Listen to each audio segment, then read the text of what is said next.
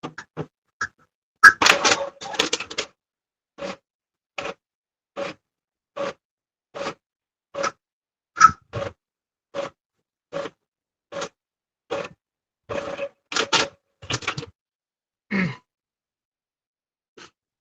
salam sejahtera dan selamat malam semua. Okey, sementara kita tengah menunggu kan kawan-kawan kita masuk, so kita akan memulakan kelas kita untuk yang kedua kan. Minggu lepas tu cuma hanya pengenalan. So hari ni kiranya kita akan buat yang pertama lah begitu. Kita akan buat kelas yang pertama. Okey, jadi kita akan tunggu sajalah ataupun kita biarkan je kawan-kawan masuk sebab sekarang dah waktu pukul 9.06. Okey. Okey, jadi seperti yang saya dah bagi tahu dekat grup, okey, hari ini kita akan masuk kepada topik bahagian A. Okey. Untuk yang KMK semester kedua ni kan seperti mana yang KMK semester 1 yang lepas kan, korang dah boleh start baca buku dua buku teks tu. Satu Suratul Salatin dan juga satu Saudagar Besar dari Kuala Lumpur. Okey. Jadi saya tak sentuh banyaklah tentang macam mana nak fahamkan sesuatu kandungan tu untuk kedua-dua buah buku. Okey, terutamanya Suratul Salatin. Sebab agak mencabarlah untuk baca buku tu. Okey. Jadi saya cuma bagi tahu dia buat secara perlahan-lahan. Okey, tidak perlu nak terburu-buru untuk membacanya. Okey. Okey, dan kita, paling penting kita kena sekiranya kita faham terhadap satu tulisan tersebut, okay, kita kena mengambil mana-mana peristiwa-peristiwa yang penting.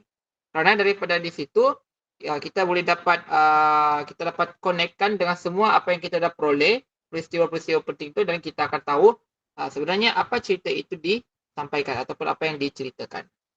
Gitu ya. Okey. Tapi untuk hari ini kita tidak akan mulakan dahulu mana-mana teks Suratul Salatin dengan Saudagar Besar dari Kuala Lumpur. Sebaliknya hari ini saya akan ataupun kita akan membincangkanlah begitu kan.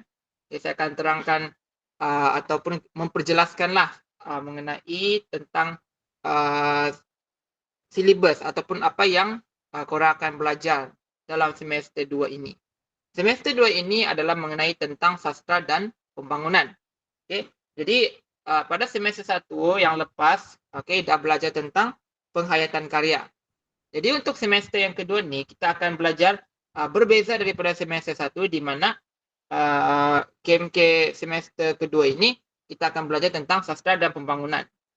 Okay. Jadi secara keseluruhannya kita akan memahami dan cuba menerapkan dan mengambil contoh daripada nilai-nilai murni ataupun nilai-nilai yang terdapat dalam kandungan kesusastraan tersebut. Kita nak mencontohi terhadap sifat-sifat watak yang mengamalkan nilai-nilai yang baik itu. Okay.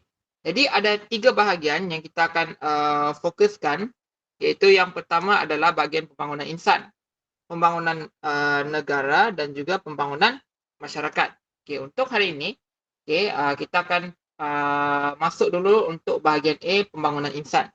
Okay, jadi kita akan ataupun saya akan jelaskan dari segi konsep-konsepnya sebelum korang akan mengenal pasti apakah unsur-unsur pembangunan-pembangunan yang telah disebutkanlah, seperti yang mana yang terdapat dalam Saudagar Besar dari Kuala Lumpur dan juga Suratul Salatin.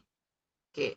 Sebagai contoh, kalau soalan tu dia akan tanya, jelaskan sifat ataupun jelaskan nilai keagamaan seperti yang diceritakan dalam karya Suratul Salatin. Okay. Jadi untuk ni kita kena mengetahui siapakah watak-watak yang mengamalkan nilai keagamaan tersebut. Okay. Dan kita kena berikan contoh berdasarkan daripada teks tersebutlah. Okay. Untuk kita nak memahami secara jelas di sini, hari ini kita akan kena ketahui dahululah dari segi konsep-konsepnya. Okey, dari segi konsep bagi setiap bahagian tersebut. Okey, bahagian pembangunan insan, pembangunan negara dan juga pembangunan masyarakat. Okey. Jadi untuk hari ini kita akan fokuskan dahulu untuk konsep bagi pembangunan insan. Okey, jadi itu adalah pengisian untuk waktu kelas kita pada hari ini lah. Okey. Okey, bahagian A, pembangunan insan. Saya rasa cikgu korang pun dah ada apa kan? Ada menerangkan dengan jelaslah kepada korang. Gitu. Jadi so anggap sajalah ini kita buat recall ataupun kita mengimbas semulalah. Okey. Pembangunan insan, dalam pembangunan insan ni ada 4 yang dipecahkan ataupun terbahagi kepada 4. Yang pertama adalah keagamaan, ilmu, jati diri dan juga nilai kemanusiaan. Pembangunan insan ni dia hanya merangkumi keempat-empat ini saja. Pembangunan insan ni maksud dia adalah di mana seseorang itu memperbaiki dalaman dari segi jasmani dan juga rohani, intelektual, lepas tu apa lagi? Sifat keagamaannya. Jadi ini semua berkaitan dengan aspek-aspek pembangunan diri. Jadi di manakah dia mendapatkan semua ini? Dalam mana-mana karya sastra ada menjelaskan ataupun menunjukkan unsur-unsur ini tanpa kita sedari. Kalau dalam teks sastra itu dia menunjukkan ataupun ditunjukkan melalui perbuatan oleh seseorang watak tersebut. Jadi kita kena mengagak. Sebab itu kita kena fahamkan dahulu konsepnya. Kita kena faham dulu konsep ni secara lebih mendalam lagi, ataupun kita kena faham sekurang-kurangnya yang secara asas lah. Begitu. Jadi dalam semua karya sastra tersebut, semua ada menceritakan tentang keempat-empat ini. Cumanya dia tak bagi tahu secara langsung. Sebab penulis buku ini dia banyak menggunakan teknik-teknik penulisan.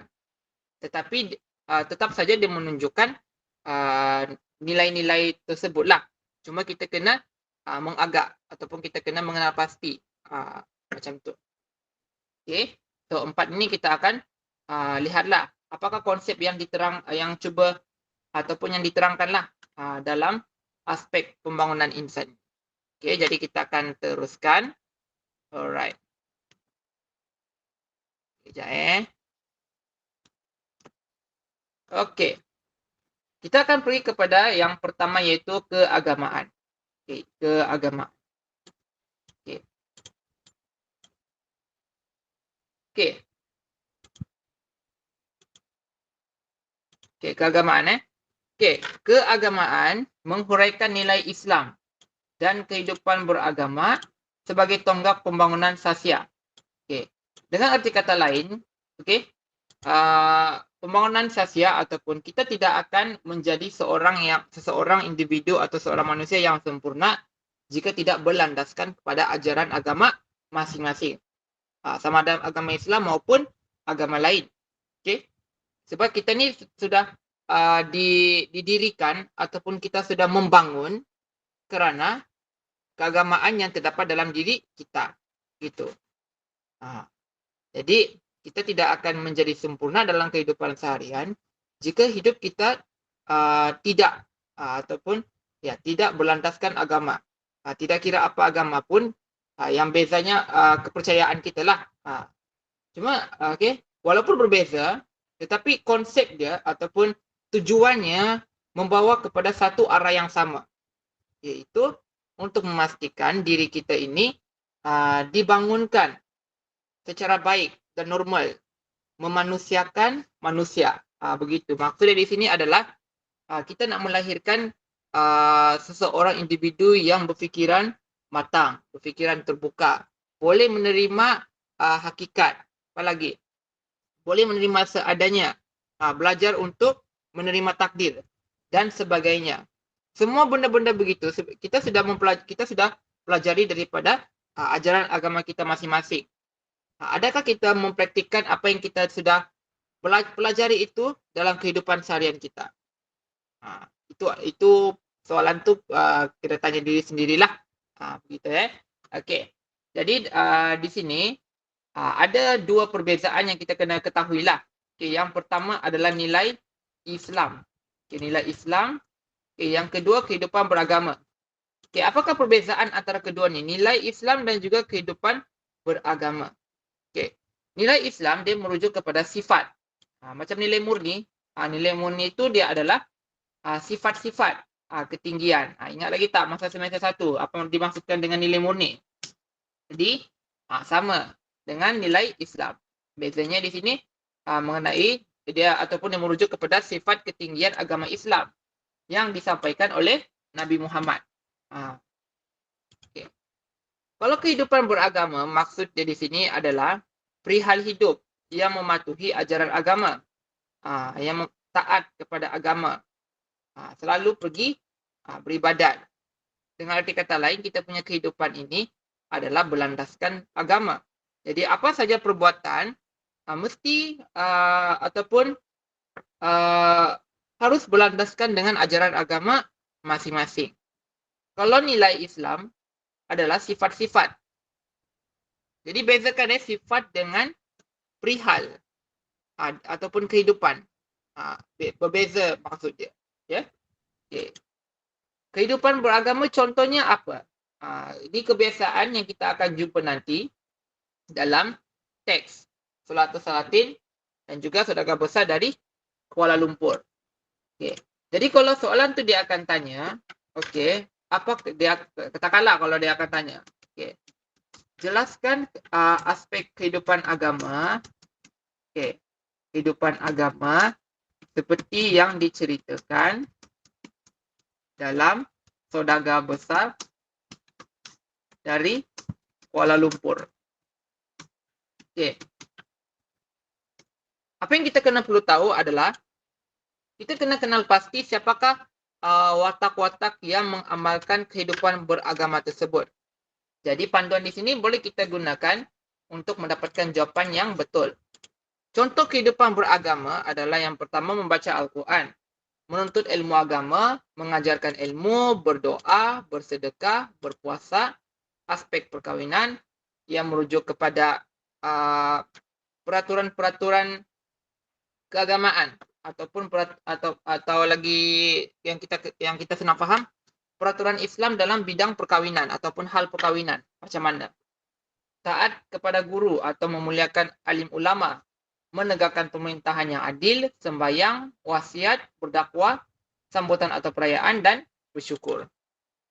Jadi kesemua setiap perihal atau setiap perbuatan di sini dia berlandaskan daripada ajaran agama itu sendiri. Jadi nilai dengan kehidupan berbezalah. Beza maksud dia. So orang boleh tengoklah yang inilah apa perbezaan antara nilai Islam dengan kehidupan beragama itu. Okey, seterusnya kita jadi nanti saya akan buka lah kalau korang ada soalan nanti selepas sebelum kita akan tamatkan kelas kita. Okey.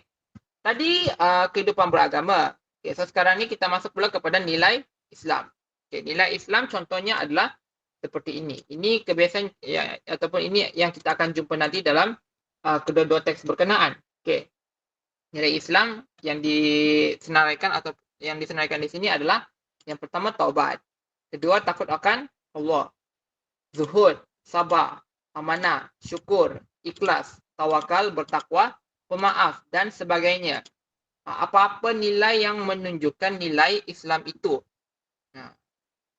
Jadi tidak semestinya 10 ni sajalah yang kita akan cari dalam karya kedua-dua itulah. Okay. Seterusnya ilmu. Okay, kita sudah masuk tadi kepada ilmu. Saya harap yang tadi tu kita boleh fahamlah sebab ini senang. Dia biasa selalu akan ada dekat dengan diri kita lah. Sebab kita semua memiliki pegangan agama yang kuat masing-masing kan. Jadi jangan goyahlah iman tersebutlah. Okay, ilmu. Okay, ilmu merujuk kepada pengetahuan. Okay, merujuk kepada pengetahuan dalam perkara dunia, akhirat, zahir, batin dan sebagainya. Jadi ilmu ni yang selalu kita dapat ini, selalunya kita akan guna untuk waktu belajar kan. Macam saya sekarang ni saya menyampaikan ilmu mengenai tentang KMK semester 2. Jadi korang pula harus kena dengar, menerima dan kena belajarlah. Begitu. Ilmu ni juga merujuk kepada pengetahuan tentang suatu bidang ataupun disiplin yang disusun secara bersistem menurut metode yang tertentu yang dapat digunakan untuk menerangkan atau merangkaikan gejala atau fenomena tertentu. Okay.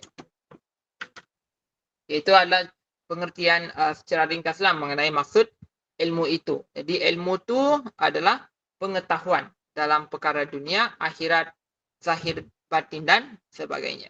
Ilmu ni juga dia merujuk kepada semua segala apa yang kita kena belajar lah. Begitu. Macam contoh KMK ni dia ilmu. Lepas tu contoh lain lagi, hari ni dah belajar tentang bagaimana untuk menyelesaikan masalah matriks dalam matematik. Itu ilmu yang kita dah dapatkan itu. Semua tu semua tu adalah penting. Kecuali kalau diajarkan benda yang tidak bagus lah. Itu bukan untuk untuk menggalakkan, bukan untuk memberi kebaikan, malah ia menggalakkan lagi. Begitulah. Okay, jenis perolehan ilmu yang terdapat dalam karya saudagar besar dari Kuala Lumpur dan juga Sulawesi Salatin. Okay, secara ringkasnya, antara jenis-jenis ilmu yang terdapat dalam Sulawesi Salatin tersebut adalah agama, ilmu gajah, ilmu kuda, okay, ilmu kebatinan, ilmu kepalawanan, ilmu firasat, ilmu tasawuf dan ilmu hikmat. Okay, sementara kalau saudagar besar dari Kuala Lumpur, antaranya adalah agama, ilmu perniagaan, perdagangan, politik, pertanian, keusahaan, ilmu pengurusan dan perlombongan. Jadi itu adalah perolehan ilmu yang kita boleh kena pasti nanti. Kita kena tahu siapa yang menggunakan ilmu tersebut atau mengamalkan ilmu tersebut berdasarkan daripada karya Sulawesi Salatin dan juga saudagar besar dari Kuala Lumpur. Okey. Kepentingan ilmu. Mungkin kita boleh, kalau soalan ini dia akan tanyalah, jelaskan kepentingan ilmu seperti yang terdapat dalam Sulawesi Salatin. Jadi macam mana kita nak jawab tersebut? Kita boleh gunakan poin-poin ini sebagai panduan untuk kita menjawab soalan kelak. Okey. Kepentingan ilmu yang pertama adalah akan kita dihormati dan disanjung. Okey, yang kedua, membangun modal insan pada masa hadapan. Ketiga, keluar daripada kepompong kemiskinan. Keempat, membuka peluang pekerjaan. Dan kelima, melahirkan modal insan yang bermoral, beramanah, beriman dan bertanggungjawab.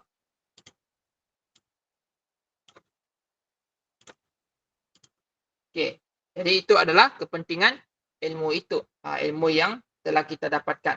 Okey, yang ketiga, jati diri. Okey, jati diri adalah kepribadian unik pada diri seseorang itu. Okey, jati diri ini juga merujuk kepada suatu utuh dan istimewa dari segi adat, bahasa, budaya dan agama yang menjadi teras dan lambang kepribadian seorang individu atau bangsa. Jadi jati diri ni, jati diri dia berbeza daripada nilai murni lah sebenarnya. Untuk membandingkan antara nilai murni dengan dengan jati diri tersebut, ia mempunyai definisi yang berbeza lah. Okay. Jati diri ini dia merangkumi kepada beberapa nilai. Yang pertama adalah amanah, jujur, bijaksana, bertanggungjawab, dedikasi, berani, berdikari dan gigih. Okey, terusnya kemanusiaan. Okey, apa yang dimaksudkan dengan kemanusiaan di sini? Sifat ketinggian mutu, kualiti atau taraf tertentu yang berkaitan dengan perihal atau sifat manusia. Okey. Okey, nilai kemanusiaan dia merangkumi simpati, sabar, hormat, amanah, bersopan, pemaaf, gigih dan beriman. Okey. Terusnya kita tengok apakah contoh-contoh ataupun apakah nilai kemanusiaan yang sudah diterapkan dalam kedua-dua teks karya tersebut. Okey, yang pertama Sulawesi Salatin dan juga saudagar besar dari Kuala Lumpur. Jadi nilai kemanusiaan yang terdapat dalam Saudagar Besar dari Kuala Lumpur ini adalah setia, amanah, bertanggungjawab, bijaksana, sanggup berkorban, adil dan berbakti kepada raja. Kalau Saudagar Besar dari Kuala Lumpur ini, antara nilai kemanusiaan yang kita boleh, kita kena tahulah siapakah watak tersebut. Yang pertama adalah gigi, bertimbang rasa, bersopan santun, redha, pemaaf, pemurah, bersyukur dan amanah. Okay. Right. Jadi kita pun dah sampai sedarah ke bahagian ini. Jadi untuk hari ini, kita hanya perlu mengetahuilah secara ringkas tentang konsep-konsep bagi setiap bahagian tersebut. Kalau kita tidak faham sepenuhnya, untuk satu semester, kamu tidak ingat nama nama aktris tersebutlah, begitu kan? Jadi dia akan sorry.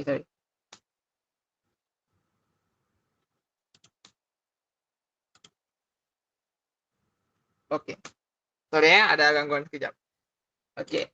Jadi jati diri dengan kemanusiaan tu dia adalah berbezalah. Okey, dia mempunyai perbezaan dari segi maksud. Kita tengok balik kalau jati diri. Kalau jati diri kepribadian unik. Jangan kalau jati diri ni dia lebih kepada mempertahankan sesuatu supaya kita tidak macam mengalah lah begitu. Kita tidak terpengaruh. Jadi nilai jati diri ini, kalau kita dia adalah satu kepribadian yang unik kerana jati diri ini dia hanya merangkumi kepada lebih menjaga ataupun mempertahankan diri untuk semualah. Kebiasaannya dia akan melibatkan dari segi adat, bahasa, budaya dan agama. Sebab tu dia kata di sini, jati diri adalah utuh dan istimewa dari segi adat, bahasa, budaya dan agama yang menjadi teras dan lambang kepribadian seseorang itu ataupun bangsa itu. Okay. Sementara kalau kemanusiaan pula, kemanusiaan adalah sifat ketinggian kualiti, mutu atau taraf tertentu yang berkaitan dengan perihal atau sifat manusia itu. Okay, dia lebih kurang sama saja dengan nilai murni. Kalau dalam pendidikan moral kita ada belajar nilai murni kan. Jadi kita boleh menggunakan tu untuk masuk ke bahagian nilai kemanusiaan. Okey. Jadi pemahaman konsep kita kena kuasai terlebih dahulu sebelum kita akan mula membuka korang akan mula buka buku Saudagar Besar dan juga Sulatus Salatin. Jadi kita kena tahu dahulu dari segi konsep dia. Semua konsep-konsep tersebut dalam sastra. Kemudian korang akan baca buku tersebut dan juga kita kenal pasti nilai kemanusiaan, nilai jati diri tersebut. Bagaimana? Siapa yang lakukan? Di mana benda tu berlaku? Ya? Okey. Jadi sebelum kita akan masih terlalu awal sebenarnya sebab sebenarnya kita hari ini kita cuma saya akan bawa dulu satu persatu lah. Kalau saya rangkumkan semua sekali nanti bukan saja akan jadi bosan tapi akan jadi mengantuk lah. Jadi kita buat slow dahulu. Sebab waktu pun masih lagi panjang lah atau masih lagi masih banyak lagi. Okey. Okey, jadi ada tak siapa-siapa yang ingin bertanyakan soalan tentang semua konsep-konsep bahagian pembangunan insan ini? Ada yang nak tanya?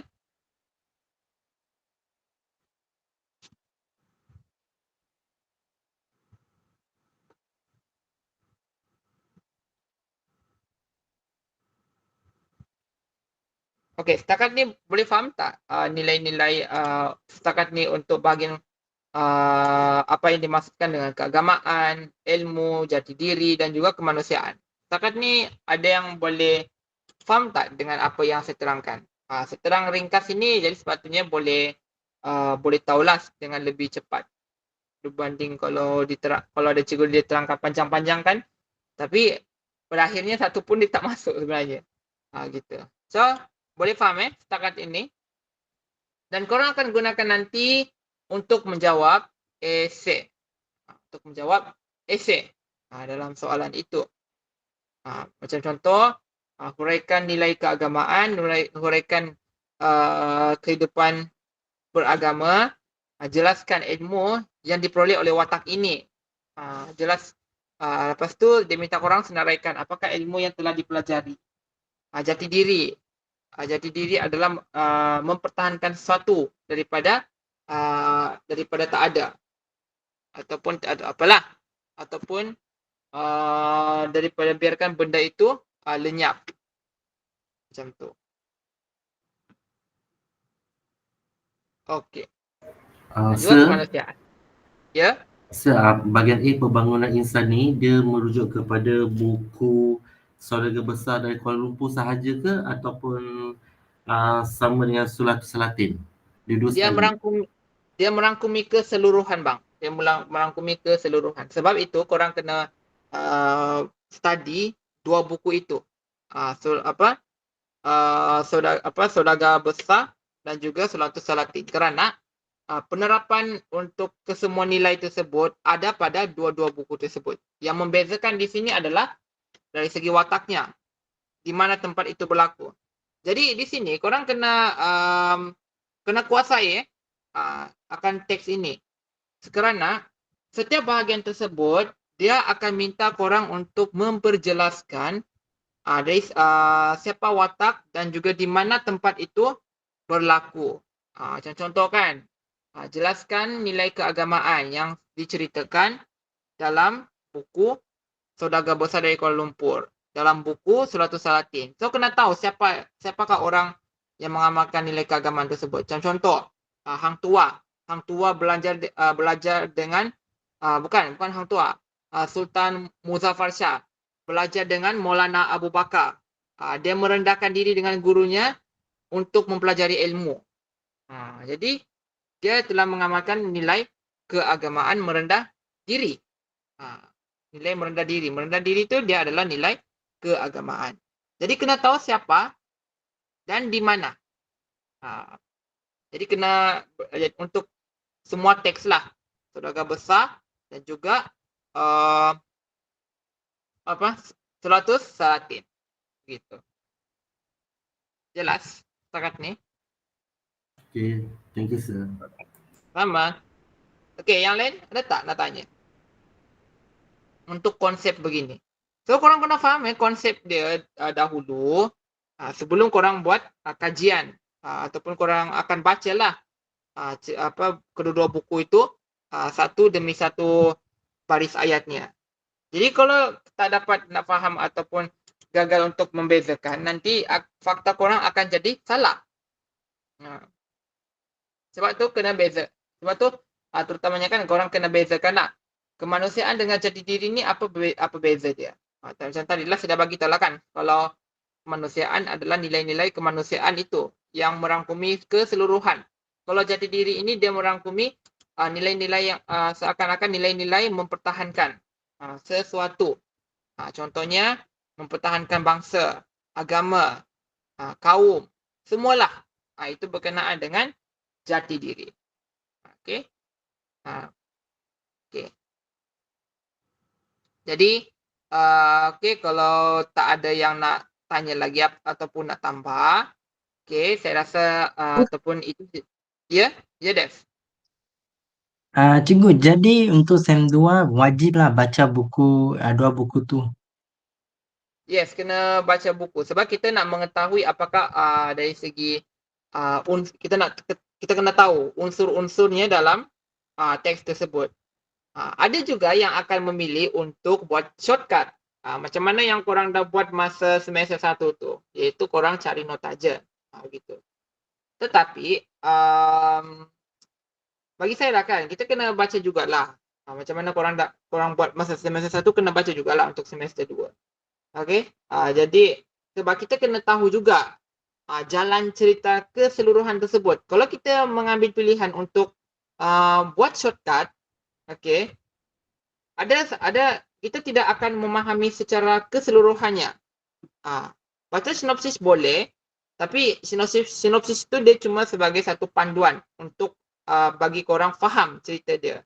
Dan selebihnya itu korang kena cari tahu sendirilah sebab keseluruhan yang terdapat dalam kedua-dua teks tersebut. Tapi sebelum korang akan mula start baca, korang kena faham dahulu konsep-konsep yang terdapat dalam setiap bahagian. Bahagian pembangunan insan, bahagian pembangunan negara dan bahagian pembangunan masyarakat. Bila korang dah faham semua konsep tersebut, korang akan start buat kajian sambil-sambil baca jugalah untuk mengenal pasti unsur-unsur pada setiap 3 bahagian pembangunan tersebut. Ada siapakah orang tersebut dan di manakah tempat itu berlaku. So, setakat ni boleh tak? Ataupun okey tak? Tentang konsep ini. Ataupun yang sudah mula belajar ataupun sedang belajar. Kita anggap ni benda ni sebagai satu ulang kaji semula lah. Okey. So, saya tahu, saya ingat memang tak adalah yang ada soalan setakat ni kan. Jadi saya harap untuk yang hari ni korang boleh fahamlah. Ataupun kita boleh dapat ingatkan semula terhadap apa yang kita sudah pernah pelajari dalam beberapa hari yang lepas. Begitu.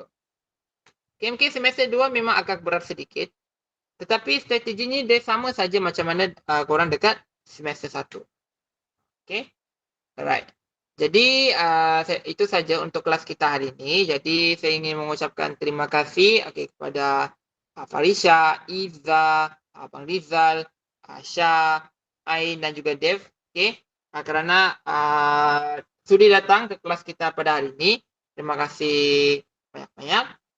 Jadi video recording akan dihantar esok bersama nota saya akan hantar hari ini jugalah. Dan saya harap hari ini korang dah dapat sesuatu di mana korang boleh menggunakannya untuk top up lagi ataupun korang boleh anggaplah ataupun anggaplah kelas ni sebagai satu ulang kaji semula daripada saya.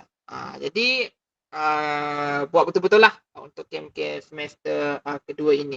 Dan jangan lupa recall kembali konsep-konsep bagi setiap 3 pembangunan tersebut. Pembangunan insan, pembangunan negara dan pembangunan masyarakat. Bila kita dah faham semua konsep tersebut, percayalah kita akan dapat menjawab bila kita dah membaca sendiri kedua-dua teks tersebut. Suratul Salatin kebiasaannya cikgu akan guide lah satu persatu dekat sekolah.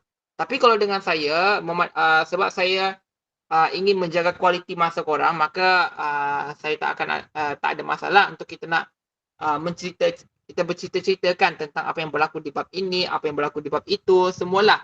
Sebab semua tu kena buat dekat sekolah lah. Begitu. Saya di sini akan menunjukkan apakah contoh-contoh saja supaya korang boleh gunakan itu sebagai fakta untuk menjawab soalan pada masa akan datang. Ya.